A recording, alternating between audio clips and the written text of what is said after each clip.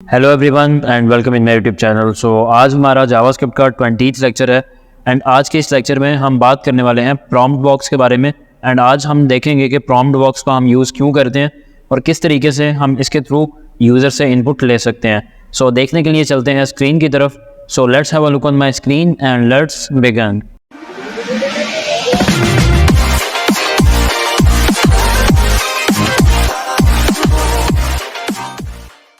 So first of all मैं Sublime text editor open करूंगा and यहाँ पे आप देख सकते हैं कि मैंने ऑलरेडी एक फ़ाइल भी क्रिएट कर रखी है myfile.html के नाम से।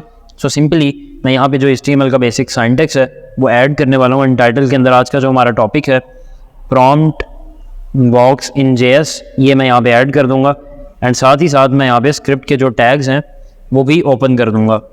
सो अब हम चूँकि बात करने वाले हैं प्रॉम्प्ट के बारे में, प्रॉम्प्ट बॉक्स के बारे में। अगर आपको याद होगा तो हमने अपनी जो प्रीवियस वीडियो थी उसमें बात की कन्फर्म बॉक्स के बारे में और उससे पहले हमने बात की थी अलर्ट के बारे में।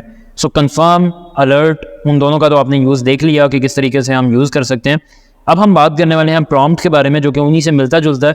लेकिन अलर्ट, जैसा कि हम आपको पता है कि उसमें हम कोई भी आउटपुट डिस्प्ले करवाने के लिए एक पॉपअप के अंदर अगर हमें एक आउटपुट डिस्प्ले करवानी है तो हम उसके लिए उसको यूज़ करते थे। इसी तरह कन्फर्म बॉक्स को हम यूज़ करते थे यूज़र से कुछ कन्फर्मेशन के लिए कि आप एग्री करते हो इस चीज़ पे या नहीं करते। लेकिन जो प्रॉम्प्ट बॉक्स है इसको हम यूज़ करते हैं यूज़र से कुछ इनपुट लेने के लिए। सो फॉर एग्जांपल मैं यहाँ पे लिख देता हूँ प्रॉम्प्ट,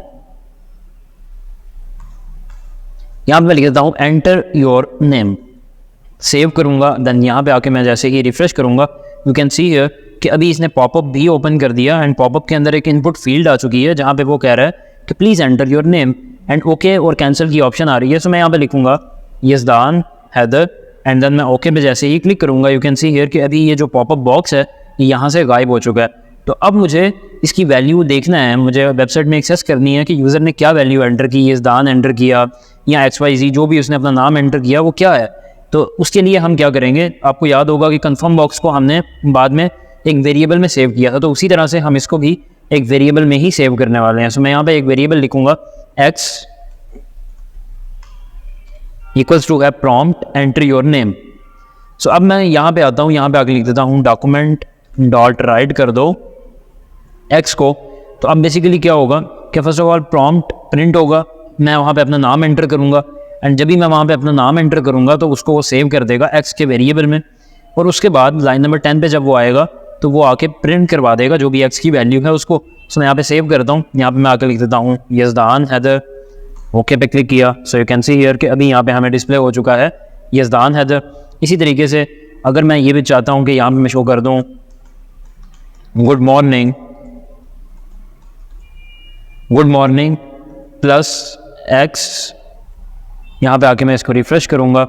सो मैं यहाँ पे लिखने वाला हूँ यज़दान, ओके। सो यहाँ पे भी आप देख सकते हैं कि लिखा आ चुका है गुड मॉर्निंग यज़दान। बिल्कुल इसी तरीके से आप यहाँ से जो भी परफॉर्म करना चाहें वो आप कर सकते हैं। फॉर एग्जांपल मैं यहाँ पे कह देता हूँ enter value of enter first value. इसी तरीके से मैं यहाँ पे बना लेता हूँ y, यहाँ पे मैं लिख देता हूँ एंटर सेकंड वैल्यू। देन इसके बाद मैं यहाँ पे लिख देता हूँ result of x plus y equals to, यहाँ पे मैं लिख देता हूँ ब्रैकेट्स में x plus y. So simply अब जब यहाँ पे फर्स्ट ऑफ ऑल प्रॉम्प्ट चलेगी तो इसमें यूज़र क्या करेगा, फर्स्ट वैल्यू एंटर करेगा, फिर उसके बाद वो सेव हो जाएगी वैल्यू x में, फिर उसके बाद वो सेकंड वैल्यू एंटर करेगा जो कि सेव हो जाएगी y में, और बाद में हम x और y को प्लस करके यहाँ पे रिजल्ट में डिस्प्ले करवा देंगे। सो देखते हैं इसको, यहाँ पे आऊँगा रिफ्रेश करूँगा। So you can see here कि फर्स्ट वैल्यू का बोल रहा है। सो मैं यहाँ पे ऐड करूँगा यज़दान, बल्कि मुझे फर्स्ट वैल्यू जो है वो इंटीजर में एंटर करनी है क्योंकि हम उसको प्लस करवा रहे हैं। मैं लिख दूँगा 12 एंटर, देन इसके बाद सेकंड वैल्यू में एंटर कर देता हूँ 20 एंड देन ओके।